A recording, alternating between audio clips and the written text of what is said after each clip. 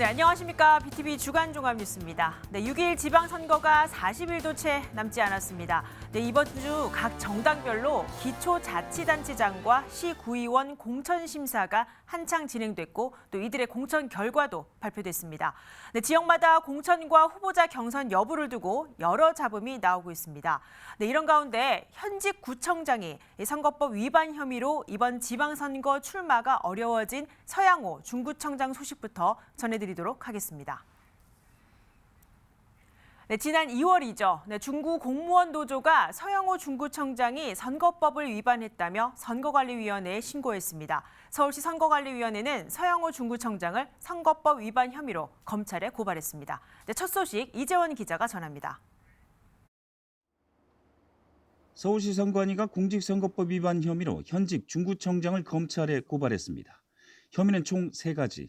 공무원 등 선거 관여 금지와 공무원 등의 선거에 영향을 미치는 행위 금지, 선거운동 기간 위반 등입니다. 선관위는 서양호 중구청장이 자신의 지위를 이용해 직원들에게 본인 참석 행사 발굴을 지시했다고 밝혔습니다. 또 해당 행사에 참석해 본인의 업적을 계속적, 반복적으로 홍보한 혐의가 있다고 말했습니다. 이에 앞서 전국 공무원노조 서울지역본부 중구지부는 서영호 중구청장이 선거법을 위반했다며 선관위에 신고했습니다. 공무원노조에 따르면 서영호 중구청장은 지난해 12월 공무원들에게 주민과 직접 만날 수 있는 모임을 만들라고 주문했습니다. 이에 실제 서영호 중구청장이 참석하는 행사가 지난해 12월 28일부터 올해 1월 7일까지 각 주민센터에서 진행됐습니다. 작년에 우리 중구가 중학생, 고등학생 교복값을 제일 먼저 줬어요. 우리 중구가 주니까 다른 구가 7개 구가 따라오고 작년부터는 서울시 25개 구에 모든 구청, 제가 구청장이 되고 나서 어르신 공무수당 170억부터 우리 아이들 돌봄 130억, 방과후 학교 43억에 동주민 참여예산 내가 낸 세금 내가 결정하는 돈 250억 등에서 중구청은 서울시 선관위가 언급한 선거법 위반 혐의는 아직 확정되지 않은 상태라고 밝혔습니다. 행사 진행 당시 해당 부서에서 선거법 검토를 거쳐 문제없이 진행된 사안이라는 설명입니다. 해당 사실 진위 여부는 추후 수사 과정에서 충분히 소명한다는 계획입니다. BTV 뉴스 이재원입니다. 네, 한편 여야 각 당에서는 이번 지방선거 출마를 준비하고 있는 예비 후보자들 가운데 이 본선거에 나설 후보를 추리는 공천 작업이 한창입니다. 네, 여기에 대한 잡음도 꽤 나오고 있는데요. 동대문구에서는 공천 경선을 두고 예비 후보들의 재심과 이의 제기 요청 등으로 시끄럽습니다. 동대문구의 선거판 상황을 김진중 기자가 취재했습니다. 지난 2020년 제명됐다 올해 1월 더불어민주당에 복당한 이현주 동대문 구의회 의장. 지난 11일 더불어민주당의 예비 후보자 검증 심사에서 부적합 통보를 받았습니다. 이 의장은 당의 결정은 부당하다며 재심을 요청했지만 중앙당 비대위는 재심사를 최종 기각했습니다. 이 의장은 이번에 부적합 결정이 내려진 것이 지난 2020년 제명됐던 이유에서 크게 벗어나지 않는다고 주장합니다. 당에서 이런 평가를 내린 것에 대해서는 전혀 제가 납득할 수 없고요. 2년 전에 늦게 합류해서 선거 도왔다는 거, 또 그 의장에 출마하지 말라고 했는데 출마했다는 거, 그 이유 아니면 있을 수 있을까요? 이현주 의장은 지난 2020년 동대문 구의회 의장 선거 당시 지역 국회의원이 A 구의원을 의장으로 선출하라는 공개 지시를 따르지 않고 의장 선거에 나서 당선되면서 당내에서 징계를 받고 2020년 9월 제명된 바 있습니다. 이 의장은 납득할 수 없는 결과를 받게 됐다며 무소속 선거 출마 여부를 고심 중입니다. 국민의힘에서는 동대문 구청장 후보자 경선을 두고 시끄럽습니다. 당내 공천 신청을 한 예비 후보는 모두 7명. 하지만 지난 17일 동대문구를 경선 지역으로 확정하며 고정균, 신현수, 이윤우 3명의 후보를 경선 후보로 결정해 논란이 일었습니다. 이필영 후보의 재심 요청으로 중앙당에서는 4인 당내 경선 의견을 서울시당에 내려보낸 상태입니다. 국민의힘과 국민의당 합당 진행으로 확정 발표와 경선 일정 역시 미뤄지고 있는 상황. 여야의 공천 막판 작업이 이루어지고 있는 가운데 6일 지방선거를 앞둔 후보들의 경쟁 역시 가열되고 있습니다. BTV 뉴스 김진중입니다. 네, 이번에는 현직 구의원들의 비교 시찰에 대한 논란을 좀 진단해 보겠습니다. 네, 강서구의원 상당수가 최근 국내 비교 시찰을 다녀왔다는 소식 전해드린 바 있습니다. 네, 그런데 이런 비교 시찰과 관련된 규정이 없는 것으로 확인됐습니다. 엄격한 규정이 있는 국외 출장과는 달리 사실상 마음만 먹으면 갈 수 있는 셈인데 이 역시 지방선거를 앞두고 풀어야 할 과제로 떠오르고 있습니다. 네, 김대우 기자가 취재했습니다. 최근 강서구의회 의원들은 제주도 등으로 비교 시찰을 다녀왔습니다. 그런데 일정 상당수가 관광 목적이 짙다는 비판을 받았습니다. 코로나19가 심각한 상황에서 다녀왔다는 점도 논란이 됐습니다. 내용을 보니까 꼭 굳이 이런 곳에 가서 하지 않아도 되는 그런 내용들인데 지금 이 시점에서 이렇게 행동하는 것들은 정말로 부적절하다라는 생각이 들고요. 그런데 취재 결과 구의회 등 지방의회의 경우 국내 비교 시찰과 관련된 기준이 없는 걸로 드러났습니다. 서울의 한 구의회 관계자는 의장단 회의를 통해 가기로 결정하면 가는 구조라고 밝혔습니다. 다른 구의회 관계자 역시 내부 방침을 세워 의장 승인만 받으면 갈 수 있다고 설명했습니다. 해외 연수 등의 국외 출장은 관련 규정이 있어 그대로 따라야 합니다. 특히 민간위원 등으로 구성한 심사위원회를 통해 가는 곳이 적합한지와 비용이 적정한지 등을 심사받아야 합니다. 그런데 국내 비교 시찰은 이런 규정이 없어 사실상 마음만 먹으면 언제 어디든 갈 수 있는 겁니다. 이에 대해 한 지방의회 전문가는 업무와 직접적인 관련이 없거나 관광 성격의 일정을 거를 수 있는 장치를 두는 게 바람직하다고 조언했습니다. 지방의회를 담당하고 있는 행정안전부 측은 지방분권 시대를 맞아 법으로 비교 시찰 등을 규정할 수는 없는 상황이라고 밝혔습니다. 다만 지방의회 스스로 관광성이 짙다는 비판을 받지 않도록 노력하는 자세가 필요하다고 강조했습니다. BTV 뉴스 김대우입니다.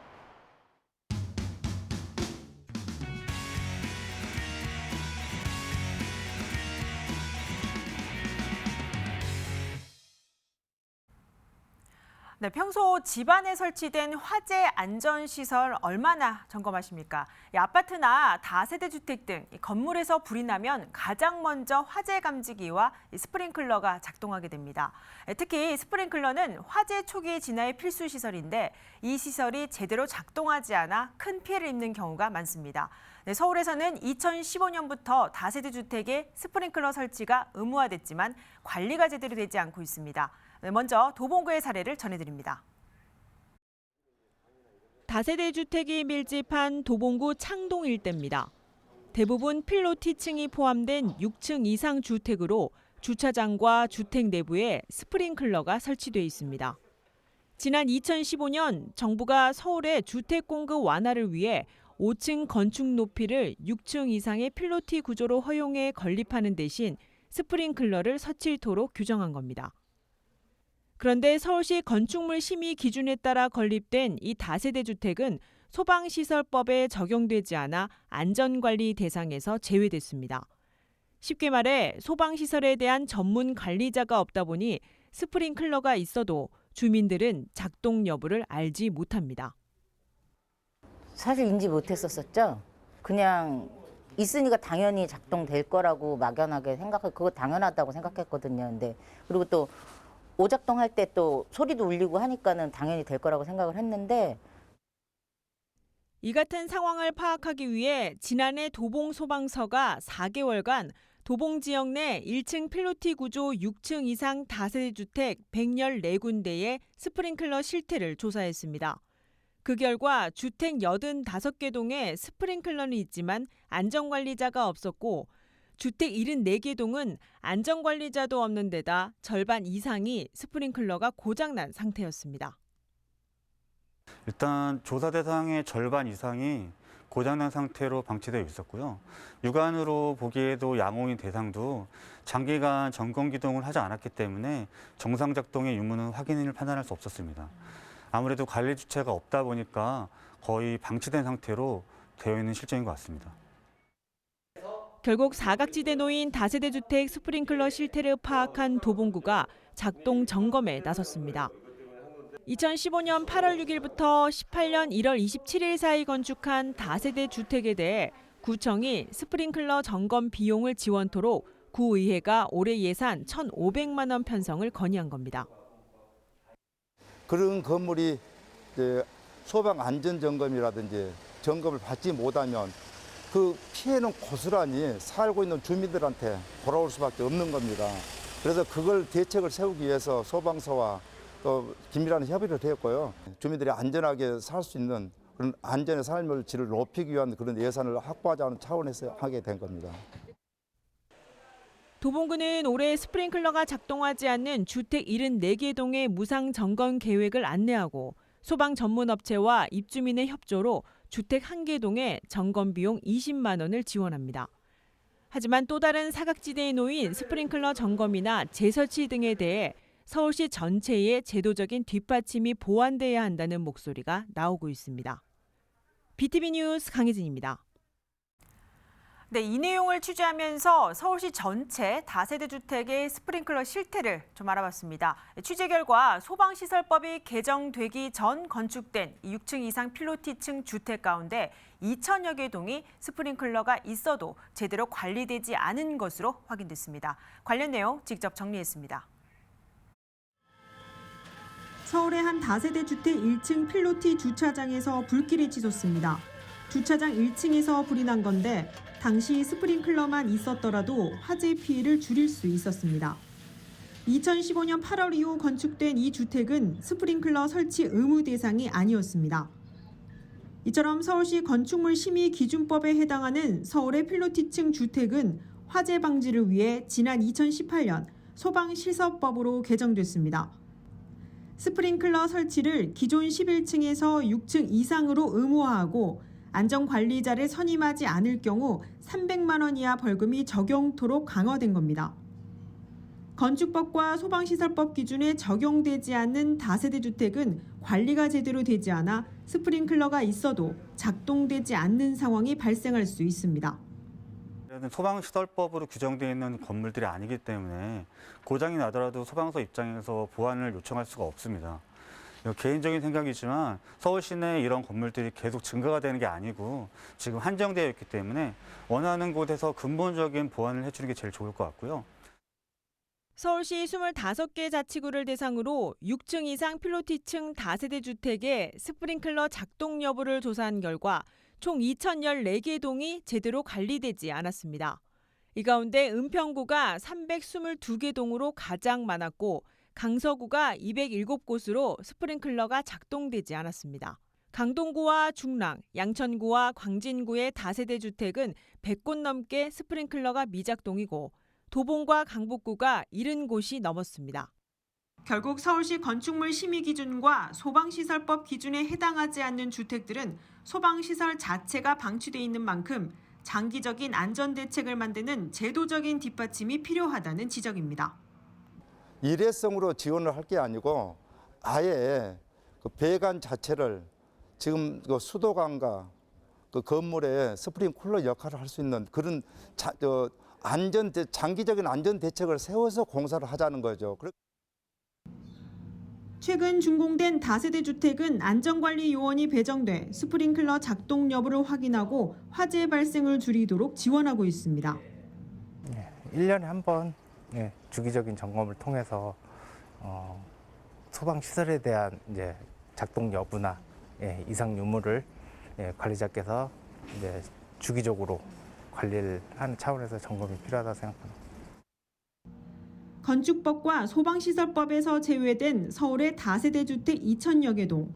스프링클러 설치는 물론 작동 여부를 확인 후 화재 안전에 대비할 수 있는 제도 보완이 시급합니다.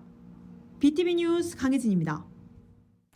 네, 이처럼 서울의 다세대 주택, 그중에서도 2015년 8월 26일 이후부터 2018년 1월에 건립된 주택은 이 건축법과 또 소방시설법에 적용되는 대상이 아니어서 이 스프링클러 점검이 더 중요합니다. 네, 이 문제에 대해서 좀 더 짚어보고자 도봉 지역의 다세대 주택을 직접 점검한 도봉소방서 오현 검사지도팀장과 이야기를 좀 더 나눠보겠습니다. 네, 화상으로 연결합니다. 안녕하십니까?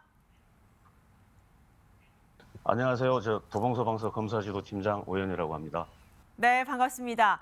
먼저 이 스프링클러 관리 주체가 누구인지부터 좀 정확히 인지할 필요가 있어 보입니다.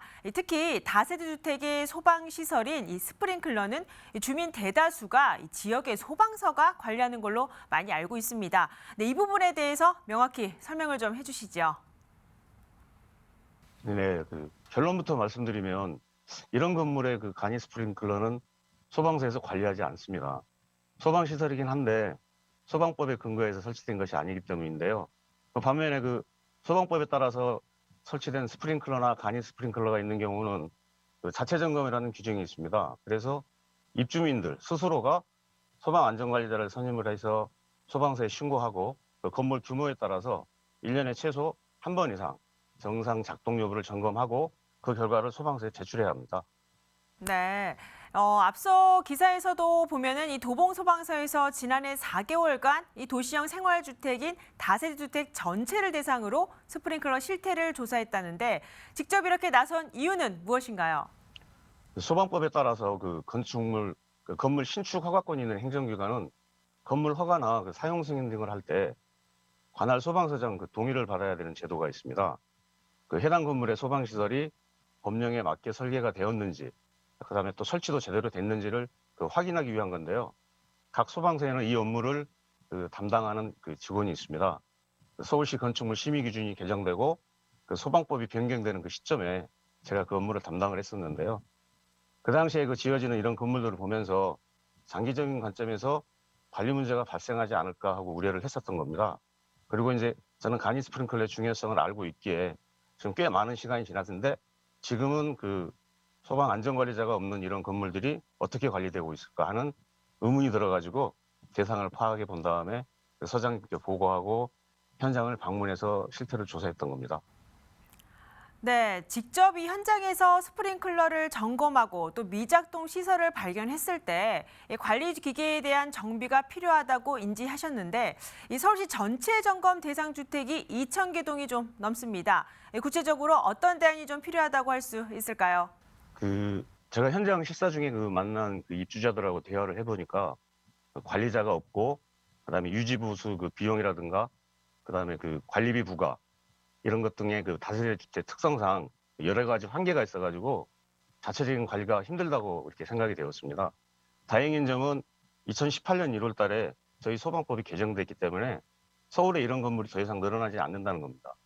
결국 사각지대에 놓인 건물의 수가 한정되어 있고 서울시 건축물 심의 기준에서 간이 스프링클러 설치를 규정한 거는 시민 안전을 위한 거라고 판단이 되거든요.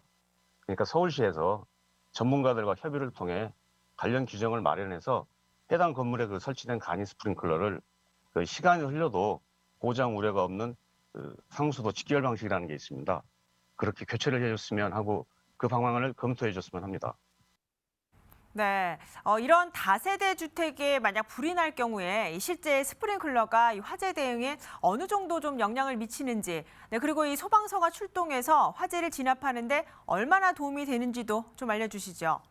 화재 초기에 소화기 한 대는 소방차 한 대하고 같다는 말을 혹시 들어보셨을 겁니다. 화재를 발견한 사람이 직접 조작을 해야 되는 소화기하고 달리 간이 스프링클러는 자동으로 작동되는 소화 설비입니다.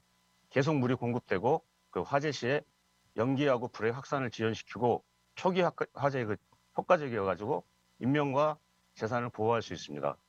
이러한 기능을 인정했기에 기존에 있는 병원이나 의원에도 스프링클러나 간이 스프링클러를 소급 설치 중에 있고 소방청에서는 앞으로 연립주택과 다세대 주택에도 간이 스프링클러를 설치하도록 법을 개정하기 위해서 입법 예고를 올해 초에 마쳤습니다.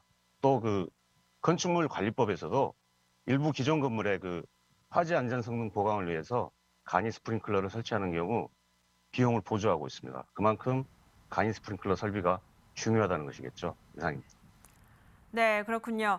끝으로 이 직접 검사 지도관께서 나가셔서 현장에서 만나는 다세대 주택 주민들에게 좀 여러 가지 당부의 말씀이 있을 듯합니다. 한 말씀 해주시죠. 정상 작동되도록 그 관리를 하는 것인데요. 뭐 저희들은 언제든지 연락처도 열려 있고 하니까 혹시 모르는 게 있으면 조금이라도 관심을 갖고 소방 시설에 언제든지 저희한테 연락을 주시면 비록 여기 설치되어 있는 간이 스프링클러가 우리 소방법에 의한 그 시설은 아니지만 도움을 드릴 수 있을 때까지는 최대한 도움을 드리겠습니다. 네, 여기까지 듣겠습니다. 서울의 다세대 주택 내 이 스프링클러 점검이 왜 필요하고 또 보완돼야 할 대책이 무엇인지에 대해서 도봉소방서 오연 소방관과 이야기 나눠봤습니다. 네, 오늘 말씀 감사합니다. 감사합니다.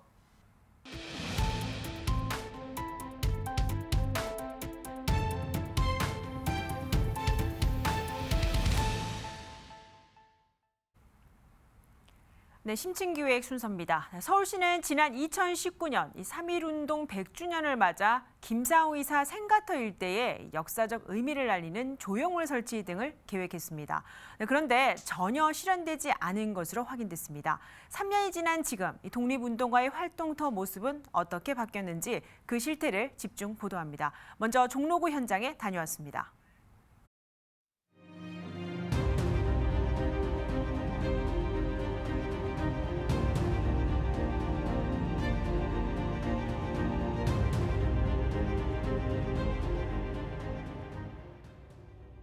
지난 2019년 3.1운동 100주년을 기념해 서울시가 첫 사업으로 지목했던 종로구 효제동 김상호 의사의 생가터 일대입니다.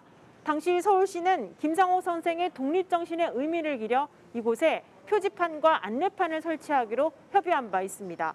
그러나 3년이 지난 지금까지 조치된 건 아무것도 없습니다. 지난 2019년 1월 96년 만에 김상호 의사 의거 현장이 공개됐습니다. 당시 3.1운동 100주년 기념사업회를 발족한 서울시는 김 의사가 태어난 효제동 72번지 일대를 시민들에게 알리는 사업을 추진했습니다. 이 한 뼘의 자유를 위해서 김상옥 청년이 그 목숨을 바쳤다고 하는 것을 사람들한테 일깨우고 주고 싶어서. 그런데 현재 알 수 있는 건 김상옥 의거터라는 버스 정류장 간판이 전부입니다. 버스 정류장으로 연결된 효제동 72번지와 73번지 주택가엔 김상호 의사가 태어나 독립운동 활동을 한 내용은 전혀 찾아볼 수 없습니다. 1919년 3.1운동 당시 김상호 의사가 일본 군경의 총격을 맞고 격전을 벌이다 마지막에 자결했던 곳입니다. 3.1운동 100주년 기념식 당시 서울시는 이곳에 김상호 의사의 독립정신을 알리는 안내문을 내거겠다고 밝혔지만 현재 이렇게 방치되고 있고 주변에는 쓰레기만 쌓여 있습니다. 이 상황에 대해 김상호 의사 후손과 기념사업회 측은 실망감을 드러냈습니다. 의거터 현장을 알리겠다는 명분으로 기념행사까지 진행해놓고 서울시나 자치구가 성의 없는 행정만 펼쳤기 때문입니다. 사실 처음엔 좀 실망도 좀 됐죠. 왜냐하면 이게 보통의 약속은 아니었다. 특별한 약속이었다. 이렇게 생각을 했었죠. 또 그리고 아까 말씀드린 대로 거기서 그 의거터 현장에서 서울시 주최로 그런 기념식을 가져본 것은 처음이었기 때문에도 의미가 깊고 그런 자리에서 또 발표하기로 한 그런 그 계획도 있었기 때문에 굉장히 정말 기다렸는데 여러 가지 내부 사정으로 저희로서는 좀 이해할 수 없는 그런 사정으로 참 금방 일을 이룰 수가 없게 돼서 사업이 추진되지 못한 내부 사정을 알아봤습니다. 당시 서울시와 종로구청이 표지석과 안내판을 설치해 독립운동가 활동터 탐방 코스를 기획했는데 지역의 조형물 설치를 심의하는 종로구 도시디자인심의위원회가 이를 반대한 것으로 확인됐습니다. 심사하는 과정에서 김상옥 열사는 표지석도 YMCA 앞에 있지, 명예도로명도 그 앞에 앞면에 돼 있지. 사실 김상옥 열사는 마로니에도 동상도 설치되어 있다. 이 한 사람에게 너무 많은 것을 설치하면 여타 다른 분은 어떻게 할 거냐. 또 지금 이제 도시 디자인 심의는 정말 그 도심 비우기 사업, 또 중복 설치에 대해서는 상당한 엄격한 잣대로 심사를 하거든요. 그래서 그 심사 과정에서 중보 설치는 너무 과하다. 결국 3년 넘게 방치된 이 사안에 대해 독립운동가 후손들은 선조들의 활동터를 알리는 사업은 반드시 지속돼야 한다고 조언합니다.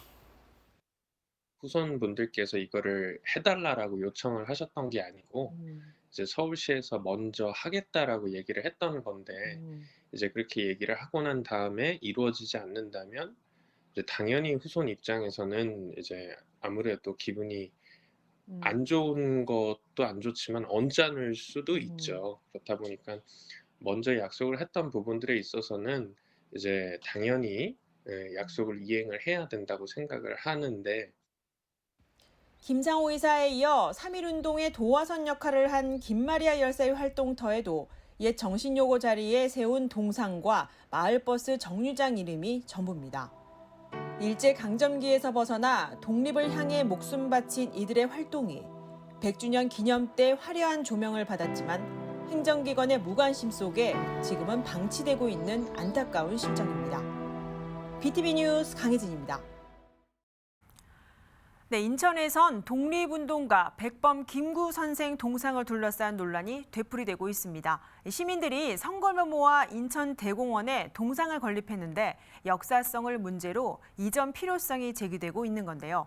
동상 이전 문제보다 백범 정신을 재조명하는 게 더 중요하다는 지적도 나옵니다. 네, 이어서 이정윤 기자가 보도합니다. 인천대공원에 조성된 백범 광장입니다. 이곳에 백범 김구 동상과 모친인 광락원 여사의 동상이 세워진 건 지난 1998년.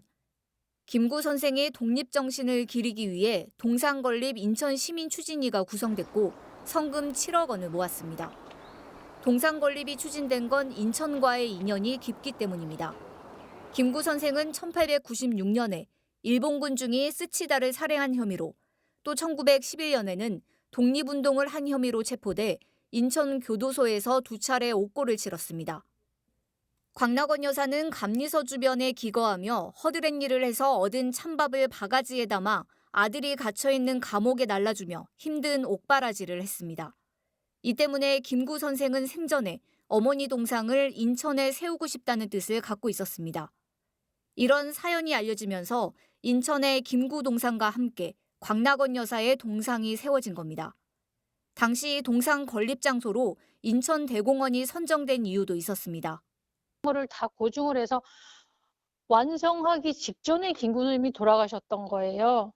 그래서 그 어머님의 동상을 그 석고 상태로 갖고 있었는데 1997년도에 그러니까 7년 이전에 인천에 있는 사람들이 그 사연을 알고 그 김구 선생님 어머님 동상을 세우고 싶어 했던 그 소원을 풀어드리려고 했는데 기왕이면 김구 선생님 동상하고 같이 세웠으면 좋겠다. 그러다 보니 두 분의 동상을 세우려고 하니 그 김구 선생님이 원했던 그 길은 너무 좁은 길이었던 거예요. 그래서 그 인천에 계셨던 분들이 좀 더 이렇게 번듯하게 두 분 동상을 세우기 위해서 장소를 물색하던 중 그 인천 대공원이 선정이 됐던 거죠. 하지만 지역에선 김구 동상 이전에 대한 목소리가 나오기도 했습니다. 시민들의 접근성이 떨어지고 특별한 역사성이 없는 곳에 세워졌다는 이유에서입니다. 감옥 생활을 하고 노역을 했던 장소로 이전이 필요하다는 의견이 나온 겁니다. 인천시의회에서도 이 문제가 제기됐었고 인천시는 신중한 입장을 보였습니다. 김구 선생 스스로도 인천 지역을 의미심장한 역사적 장소라고 표현했을 만큼 인천은 김구 선생과 연관성이 높은 곳인데 현재는 특별한 연고와 역사성이 없는 인천대공원에 백범 동상이 세워져 있을 뿐입니다. 그러니까 만국공원은 뭐 백아도 동상, 한미수교 100주년 기념탑 이런 게 있고 또 감옥 생활하셨던 감리서터나 이런 데는 주상복합 건물이 들어가 있고 막 이런 문제들이 있는데 그 고증이나 이런 것 통해서 이거는 그야말로 뭐 내항으로 이렇게 이전을 얘기하시는 분들이 있어요. 그 부두에서 노무 공급하셨던 그런 그 발자취 때문에 그렇게 해야 된다라는 말씀들을 하시는 분도 있지만 이런 것들은 좀 시민들의 의견이 어떤가도 굉장히 중요하니까 면밀한 검토가 좀 필요하다 이렇게 생각합니다. 인천시는 지난 2019년 3.1운동 100주년을 맞아 백범광장 정비와 김구동상 이전 방안을 모색하기도 했습니다. 하지만 동상을 이전할 만한 마땅한 부지를 찾기 어렵고 관계기관 협의도 쉽지 않은 상황. 특히 동상 이전에 대한 의견도 엇갈리고 있습니다. 모자가 인천서 함께 어려운 시기를 지냈고 인천과 인연을 맺었었고 어떻든 대한민국 임시정부 내지는 독립운동에 그렇게 크게 기여했던 그런 분이라고 하는 면에서 인천 대공원에 세워져 있는 거는 뭐 합당한 일이라고 보고 또 그 당시에 그분네들이 거기다 세운 것도 그 시절의 역사예요. 김구동상이 건립된 지 20년이 흐른 현재까지 되풀이되고 있는 이전 논란. 동상 이전에 매몰되기보다 백범 정신과 독립운동사를 재조명하는 것이 더 중요하다는 지적이 나오고 있습니다. BTV 뉴스 이정윤입니다.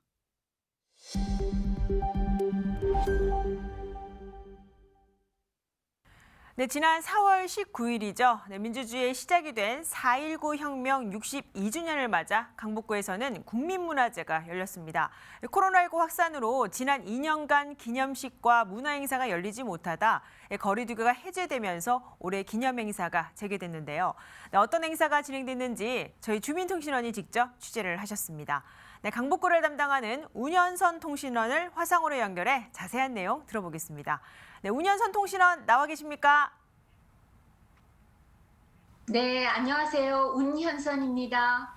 네, 반갑습니다. 올해 이 4.19 혁명 62주년을 기념해서 강북구에서 특별한 행사가 열렸다고 들었습니다. 한 2년 만에 열린 이번 기념 행사는 좀 어땠는지 전해주시죠. 네, 먼저 4.19 혁명에 대해서 말씀드리면요. 1960년 4월 19일 학생과 시민이 중심 세력이 돼서 반독재 민주주의 운동으로 이승만 대통령의 하야로 이어진 혁명입니다. 3.15 부정선거를 규탄하는 학생 데모에 김주열 군이 수류탄을 눈에 맞고 죽은 시신이 마산 앞바다에 떠오른 사건을 계기로 대규모 시민과 학생 운동이 불길처럼 일어나 무력으로 진압하려고 한 정부에 대항한 역사적 사건인데요. 이를 기념하기 위해서 강북구에서는 2013년부터 자유, 민주, 정의의 4.19 정신을 계승하고자 4.19 혁명 국민문화제를 개최해 왔습니다. 올해는 10주년이 되는 해인데요. 이제 지역 축제를 넘어선 서울시의 브랜드 축제로 4.19 혁명을 대표하는 전국 문화 보훈 행사로 자리매김했습니다. 네, 이 4.19 혁명은 62주년이 됐지만 이 강북구에서 국민문화제를 추진한 것이 올해 벌써 10년째인 걸로 알고 있습니다. 이 거리두기 해제 후 열린 행사인 만큼 특별한 프로그램이 많았을 텐데 어떤 프로그램을 좀 선보였나요? 네, 세대를 넘어 희망을 연결하다란 모토로 4.19 혁명 국민문화제가 4월 9일부터 19일까지 강북구 일원에서 벌어졌어요. 4월 9일 어몽길 대장과 함께하는 순례길 트레킹을 필두로 4월 9일 10일 1박 2일 우이동 가족 캠핑장에서 4.19 민주 로드로 순례길 트레킹, 산악문화체험, 4.19 강연 레크레이션, 버스킹 공연 등 가족 단위 체험 프로그램을 운영했습니다. 4월 10일 전국 학생 그림 그리기 및 글짓기 대회가 온라인으로 열렸고 4월 15일 국제 학술 대회가 열렸습니다. 이 외에도 학생 영어 스피치 대회, 전국 창작 판소리 경연 대회, 전국 대학생 토론 대회, 공식 행사 및 락 페스티벌이 열렸습니다. 네, 말씀하신 대로 이 트레킹과 또 산악 문화체험 등 주민이 참여하는 체험 프로그램이 꽤 많았는데 그중에서도 특별하게 의미 있는 행사가 있었다면서요? 네, 어몽길과 함께하는 북한산 순례길 트레킹은 일반 시민 299명을 대상으로 지난 3월 14일부터 선착순 마감으로 국립 4.19 민주묘지와 북한산 둘레길에서 열렸습니다. 북한산 순례길을 따라 순국 선열과 4.19 혁명 희생자들의 희생 가치와 의의를 재조명하는 특별한 걷기 행사입니다. 4.19 민주로드는 순례길 트레킹, 산악문화체험, 4.19 경연 레크레이션, 버스킹 공연 등 가족 단위 체험 프로그램을 운영하는데 선착순 마감으로 시행했습니다. 민주주의와 나라 사랑을 주제로 하는 그림 그리기와 글짓기 대회는 전국 초중학생 619명을 대상으로 비대면 온라인으로 진행했고요. 네. 끝으로 이 순례길 트레킹은 어몽길 대장과 함께 했다는데 여기서 말하는 이 순례길 코스는 또 어느 장소를 지나는 건지 네, 코스인지 좀 알려주시죠. 순례길이란 강북구 수일동에 있는 국립 4.19 민주묘지에서 시작을 해서 근현대사 기념관, 유림선생 묘소 입구, 신숙선생 묘소, 4.19 전망대, 서울밭 근린공원, 여인영 선생 안내판, 봉황각, 손병희 선생 묘소로 2시간 코스입니다. 가는 곳마다 문화 해설자가 순례길 코스를 설명해 주는 시간이 있어서 잘 몰랐던 독립운동가들의 활동들을 알게 돼서 학생들에게 나라 애국하는 마음을 갖게 했죠. 네, 여기까지 듣겠습니다. 네, 4.19 혁명 62주년을 맞아 강북구에서 열린 국민문화재 행사에 대해 운현선 통신원과 이야기 나눠봤습니다. 취재하느라 고생 많으셨습니다. 네, 감사합니다. 네, 감사합니다. 네, 노원구 소식입니다. 최근 노원구 불암산 나비정원 앞에 33층 초고층 아파트 조성이 추진되고 있어 이를 반대하는 주민들과 구청이 비대위를 구성했다는 소식을 전해드렸는데요. 이 비대위는 이제 서명운동을 시작하며 본격적인 반대 활동에 들어갔습니다. 서주환 기자가 취재했습니다. 노원구 불암산 철쭉동산에 도시계획 변경을 허가하지 말라는 현수막이 내걸렸습니다.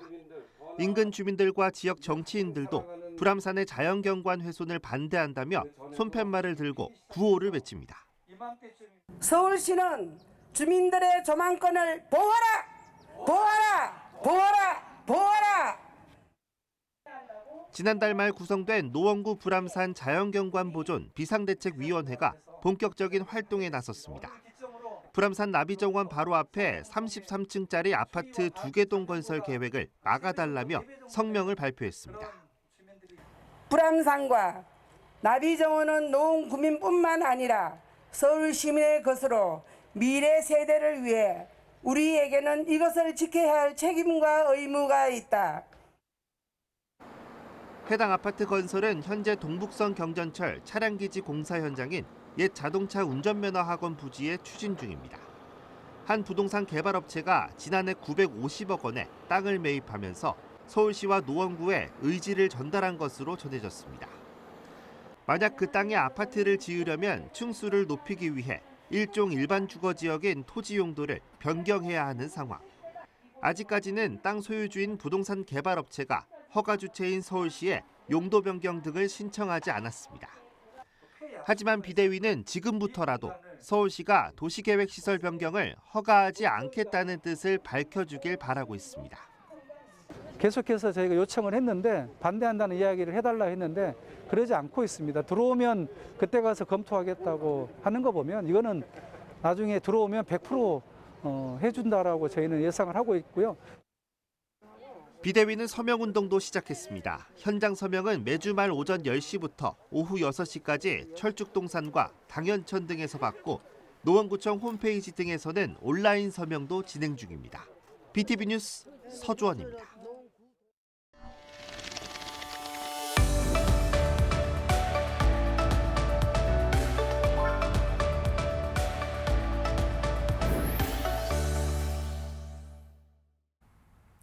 네, 일상의 쉼표가 필요한 시간, 아름다운 문화예술 소식을 전해드리는 2주의 원픽입니다. 네, 오늘은 서울시립미술관 소장품을 통해 현대미술과 또 시적인 것의 관련성을 탐구하는 전시와 또 항일운동에 함께한 인천의 화교들, 그리고 1940년대 인천의 모습을 담은 전시를 소개해드립니다.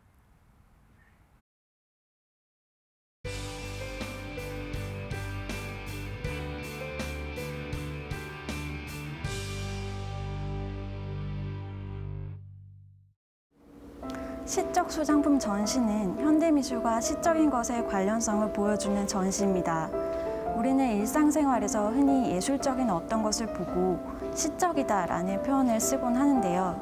이 전시에서 시적인 것의 의미는 문학 장르 시를 넘어서서 보다 폭넓은 예술적 의미로 사용되었습니다.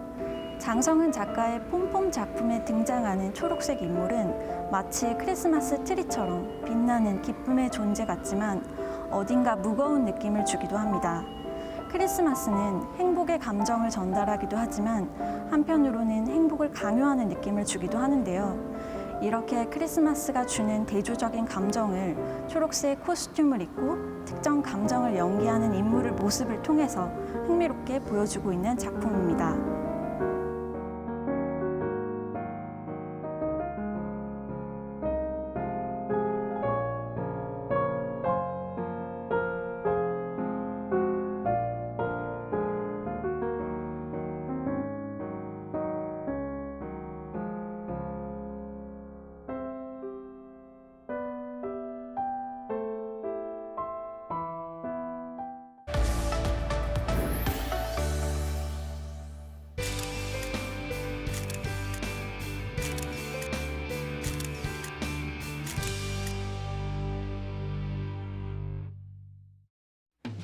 네, 이 전시는 같이 항일 운동을 전개했음에도 불구하고 화교라는 이유로 잊혀졌던 분들의 이야기를 꺼내보고자 전시를 준비했습니다.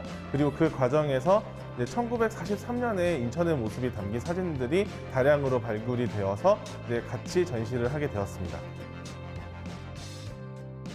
화교분들의 잊혀진 활동이 드러났다는 점에서 첫 번째 의미를 가질 수가 있고요. 1940년대에 전쟁으로 인해서 물자가 부족했기 때문에 사진을 찍을 여유가 없었습니다. 그런데 이런 1940년대에 인천의 모습을 담은 사진들이 발굴이 되었다는 것 자체가 큰 의미를 가질 수 있다고 볼 수 있습니다.